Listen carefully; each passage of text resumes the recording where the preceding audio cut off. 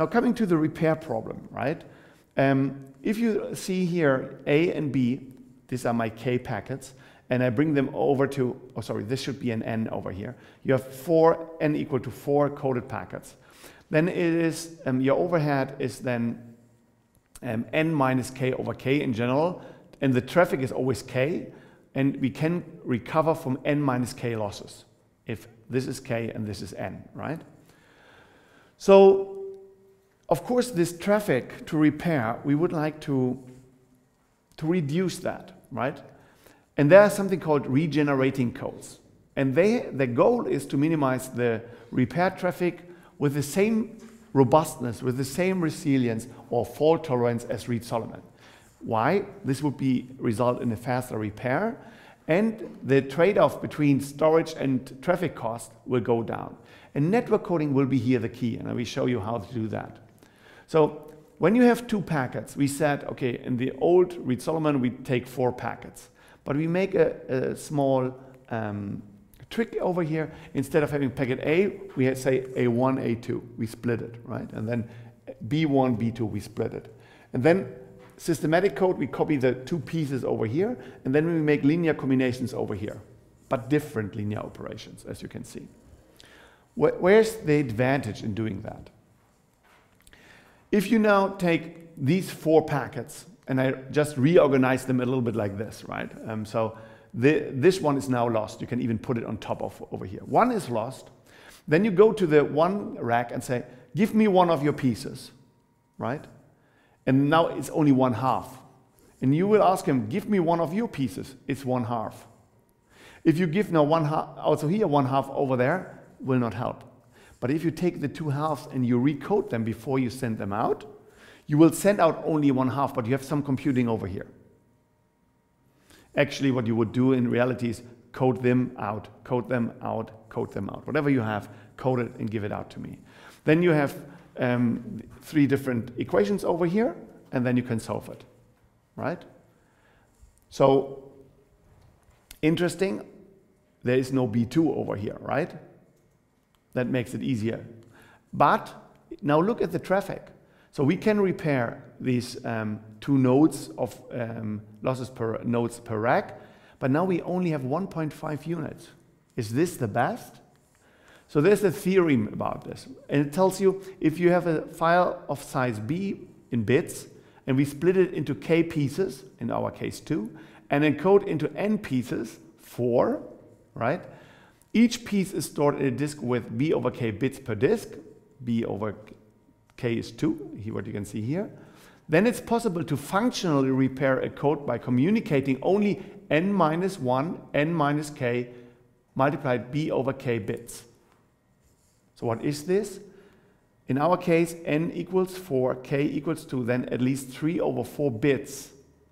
So B equals to 2K, this is 6 over 4K, 1.5K is the traffic. Reed-Solomon had 2K, now 1.5. So in order to get this better, you just have to look in NK. B doesn't matter. How to distribute this, right? And how many coded packets you want to have.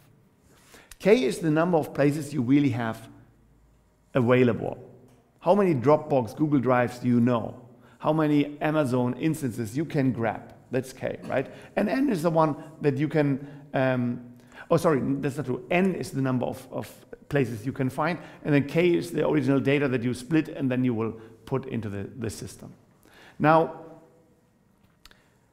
the challenge here is that the structure that we have seen, like the XOR, that was static.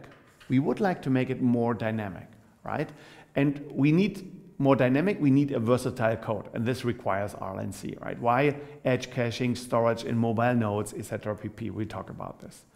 And RLNC can then help really to use less memory for doing all the operation. It will use less storage or less traffic. There's a trade-off. We'll show you that. So what do we mean by this? I'm coming back to the 10 pieces, right? And you remember the XOR said, okay, some of them are for the overall and some of them for the local. And I told you it depends a little bit on the probability, right? If you know that you will lose this and only this, then all of them should just say, protect this one. But if you understand that over time there's some reliability issue with some of them, you can say, okay, this one here, let's take this P2, which is coding from 2 to 5. Let's assume that somebody tells you 5 is never a problem. This is super safe now. So to get 5 out, you just have to communicate one packet to P2 to code it out. Or if you say 6 is now in danger, you can say 6, go to P2, go there, and you can code it in. So you have a coded packet, one coded packet, you have 6, and you just recode it. The Reed-Solomon on all the other codes will say, okay, I have to rearrange myself. All the packets, please come to me. And for example, if you want to integrate here from in the P2, which is protecting 2, 3, 4, and 5, and you want to also include 6, what you have to do is to say, everybody comes to me, we have a new situation. And this is panic, right? For the network, this is panic. You don't want that. Okay, so what is really important for us? Reliability. We don't want to lose data. Security, privacy. How much space do we really use? Because if you want reliability, you just make duplicates, right? Duplicates, by the way, is not so good for privacy. If you take your data and you plug everything into Dropbox and Google Drive, Amazon, whatever, once per year there's open days of Dropbox and everybody can look into the data. That's not a good idea, okay? So you see already there's something good for the one thing but bad for the other. It's not one solution fits them all. Costs of, and even download speeds. How fast will I get my data? So for example, if you just make a copy of everything, you go to the fastest, or ask everybody, come, and the first one who will answer, this is the given time, the download speed. But this means the costs go up, right? So is this the best? The network, of course, the traffic that we put into the network is also important. I don't know if you have ever worked with Amazon. What you do there, you pay for storage, the same as you would do in Dropbox. But with Amazon, if you have some server running there, you also pay for traffic. So you pay for traffic and for storage. This is the real cost. And the computational overhead of network coding is also something, or at least we should consider this, because in the end you also pay for that. Yeah?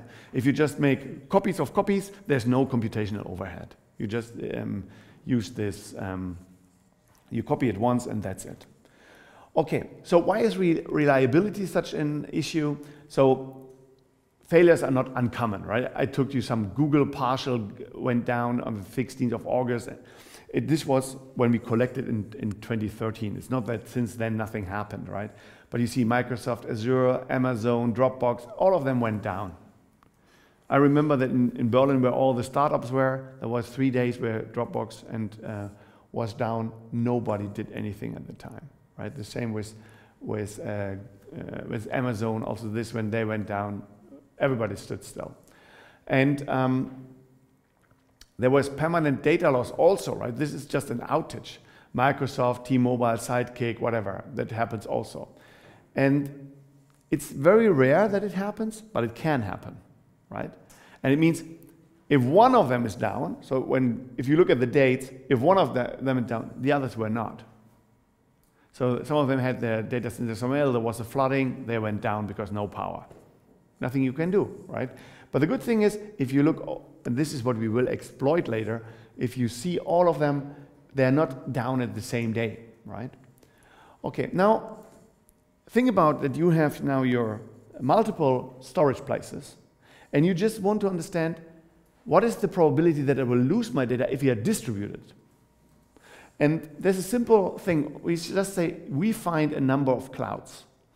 And we would like to have, so n number of clouds, and t is the number of simultaneously cloud failures that we can sustain. So we are robust against 3 losses. We know that. So with a code you can do this, right? Or let's say the 10.6 code of Facebook will say, we can tolerate 6 losses, where it doesn't matter. So then n is 16, 10 plus 6, t is 6, and p is the probability that the provider is unavailable. That I cannot tell you. But if you look into this, let's look what is the advantage from the coded to a non-coded system. So this here is the probability that you will get your data back. So state of the art, if you put everything into one cloud, and the failure, the P down here is 25%. It's not 25%, just that you see something here in the plots, right? You can adapt it then. Then you would say it doesn't matter, it's always 75%, whatever you do, wherever on which cloud you put it, it's 75%. So if you just replicate it from 1 to 2 to 3, whatever, you see very quickly, wow, replication gives me a lot of resilience, right? If you have a coded system and say, I will tolerate 1 losses of the clouds, this will go up a little bit slower, right? If you can even tolerate 3 losses, it goes up like this. Now, if you have 2 little ones, then even you make yourself vulnerable, as you can see. But what it tells you is 2 things. Replication is very good for reliability, okay? Especially for small number of copies, so to speak. If you have a large number of possible places where you can put it, of course it always gets better, but the others also get better. Okay, if you can go this way, so a lot of this way, interesting. So now you don't know so many cloud storages, but we were not thinking only about Amazon and Google and whatever. We at that time were even thinking about mobile phones as a storage place. So you could think about every mobile phone has a storage. So I will bring my data to all my friends, my Facebook friends, whatever. I will code the data and bring it out to 1,000 to my friends. So I will use a little bit of space, but they can also use a little bit of my space.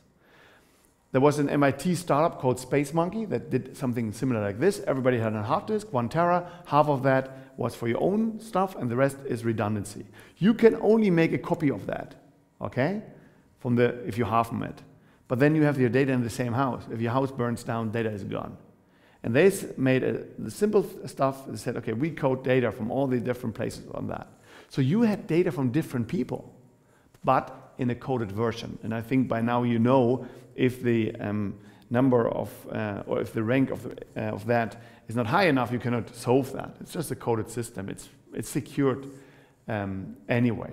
So this is one of the things, and you might, if you only see this plot, think about replication is the best. Why do we talk about other stuff? But I told you there's more than that. Privacy and security, right? Here are some security breaches from Sony PlayStation, smaller breaches, Prism, whatever. You name it, and you have heard about it. From time to time, passwords get stolen, etc. What can we do with security? That's more the same what we did also in transport.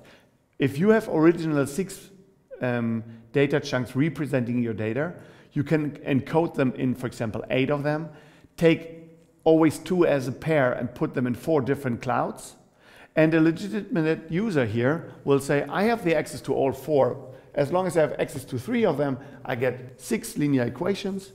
I need only 6, right? And I can decode, I have the data. An eavesdropper that has access even to 2 will not get access. We use the same stuff for transport, right? This is when you have a secure combination between Putin and Obama at the time, and if you have coded data over the blue and the yellow line over China, and over the blue one over Alaska, and even you can go through North Korea. It's not an issue, right? As long as you don't put 100% of your data here. Right? It's secure anyway. That was secure routing. There were some people really thinking about taking the better route, right? There was somewhere Eric Klein.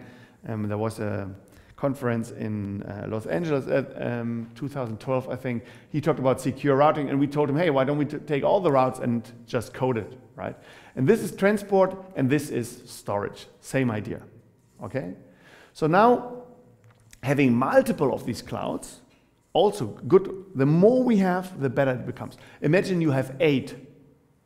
So you know all the 8, but now the attacker needs at least to crack 6 clouds. Here you only crack 2. He needs to crack 3, right? The more you can spread, the better it is, if they would have the same standard in securing their system. Okay, so now what is then the storage cost? Cost means I have a file size F, but I also want to tolerate some losses over here.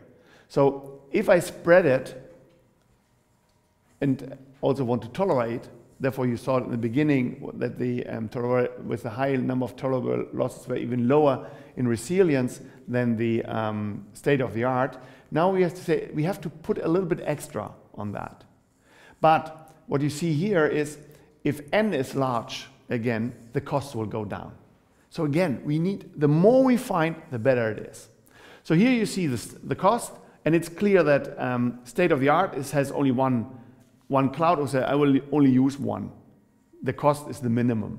Then the duplicating one, with every time you get a new storage and you will really copy 100% of your data, you go up like this. And the others, what do? They become smaller and smaller, right? They start with the starting point over here and then they go down. Always getting very close to the optimal. And this is, it's f plus f t over n minus t. And if n is big and t is constant, then you know this is the direction to go. Okay? Good. You can do this thing with the total cost, where we then find what is the best number t, right? And there were some papers that we wrote about this, finding the optimal t over the unavailable cost of unavailable services. This means how much money will it cost you if you cannot get access to it. And this will have then a step function finding the right t. Then is the download speed. So what is the fastest way of getting your data? So imagine you make copies of copies of copies. Then you could say I go to the one where I have the highest rate. But you can do better, right? You can even say everybody sends me something, and as I have enough, I would say that was enough, thank you very much. Okay? So we looked a little bit into that. So what is the time taken if we have cloud A, B, C, and D? So these are real clouds now. We had 16 megabyte file, packet of 512K, and we wanted to download it. And then we had number of parallel requests. You can spawn multiple requests to the cloud, and you see the time goes down, right? So the red one, this was the Google one, right? That was always significant better at the time. That's not necessarily still the case right now. So we can even collaborate instead of using the same cloud. As you can see here, Google is going down to below 10 seconds when you have a lot of multiple requests because they're responding that. But you could even combine things. One cloud, two clouds, three clouds, four clouds. Now you combine them and you go, even with two clouds, very quickly below the 10 seconds. So the question is, why is this? So we looked a little bit about the clouds and said, what is the probability that you will give me certain pieces? So the 16 megabyte was, we had 32 pieces. So sometimes 26 in 10% of the cases came from cloud A. So cloud A was really dominating it. And cloud B, yeah, sometimes up to 7. Here you see they're all the same, cloud B, C, and D, right? They will give you, this is dominating over here. This is not a problem really, right? Interesting was this plot. So when we said, okay, it's coded, we need 32 pieces. And then we spawn a request to all clouds at the same time. We need the data. What they will do is they will send out data. And you see cloud A comes out very quickly with the first piece. And then a lot of more pieces. Cloud B is also fast, giving me the first, but then sporadically send me data. In C, it comes late, but then it shows up with a lot of packets. And then D comes late and only 2 packets. And at this point in time, at 6 seconds, before 6 seconds, I said, thank you very much, I have all the data. So what I need now, I have different ways to say, oh, red is good. Problem, it changed over time. So if you do this again, it could be different. So this, with a Xorback system, you could say, okay, it's static. I know that if this always works like this, Reed-Solomon would work the same way, or other codes, right? This will still give us some headache over here. And this is if you compare NC to replication, this just shows you the time that down here are the coded ones. This is replication. So replication is not really good. Coded is better. Why is this? I mean, this is pretty clear. If you call something here, after a while you get duplicates with the replication. With coding, you never get duplicates. Therefore, the replication is not so good. And if we talk now about distributing it, why should we distribute it? First is, what is state of the art? You have one cloud over here with a long string, then you have multiple doing distributed, static, and then you have something that is more agile. And at that time, we had one student coming to us, to Denmark, and he said, okay, he would like to look into the storage. We, for a long time, looked into that, but he really implemented it. And he made just one user interface where he could use the APIs to different providers at the time given. And I think 2 years later, they made out a company out of it, Chocolate Cloud. Chocolate Cloud just used the RLNC library from Steinwurf, and they said, okay, let's make a product where we can really use something. And the product that they're using in this case, I think, is Skyfolk, if you want to look it up. Very interesting. Now, the first thing what he did is he made us a nice tool, right? I played around with that. It told you which clouds do you want to have under investigation. So there were 4 clouds over here. So how many parallel downloads do you allow per cloud?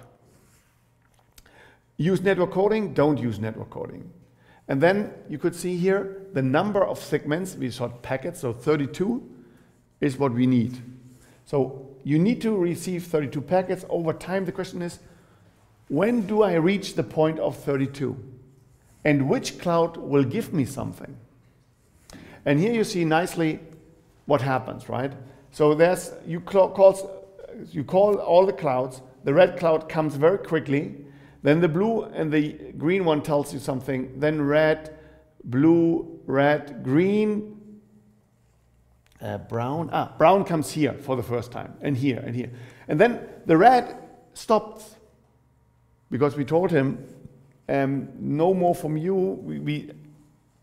We did not do a right estimate how much data we need from him. So you cannot always assume that you have a full copy. You place a certain amount at this one, and now he has sent out all the packets. So therefore only the brown and the green one are sending something. So here we already started to say, don't send all the packet there. We need only a certain amount there for the situation. And this, you see, duplicates kick in, and it takes time. It flattens out. And what you see here, this is network coding. They just go straight. There's no going down, right? Sometimes here it can happen and has to do with the code we use, etc. So I told you that we don't put the same amount of data in the same places. So what did we do really? You have on the left against the problem of heterogeneity of the clouds, and on the right you see the time that it takes to download the file. We have 32 pieces. Here we have 5 clouds, so they don't match really to each other, right? But what you see here is the red one is the one which uses replication, and the blue one uses RLNC. So download time. If you go lower, the better it is, of course, right? But make sure we are not at 0 here. It's not so, the gain is not so big, right? If you go here at, let's say, 8,000, and this is, let's say, 6,000, there's a little bit of gain in the speed up, yes. But there's something we have to look into. So if you place 32 pieces, coded or uncoded, in 5 of the clouds, the cost will be 5 times 32 in both cases. And if you now reduce the amount of pieces, so 24 coded pieces per cloud, so 120 pieces in overall, the same amount here. What you see is there's the same amount, cost is the same, replication versus coded. The more you go into this direction, your download time is increasing. Why? Because of this one formula that you have seen before. For the rates, I'm coming, this one. Here's the amount of rate. It's always, you look, what can you potentially get, and what is the rate, the current rate of the system, right? So if you have only 24 pieces per cloud, then if the red is on fire, you can send out 24, but that was it. So then at this point, it kicks in where the red really was dominating, and you get punished a little bit because you need the others to respond, but not that much, right? So moving to the left means latency increase. Moving to the left means also cost is going down. So there's a trade-off. Moving to the left means something else. Do you know what? Cost we have. Download time we have. What is missing?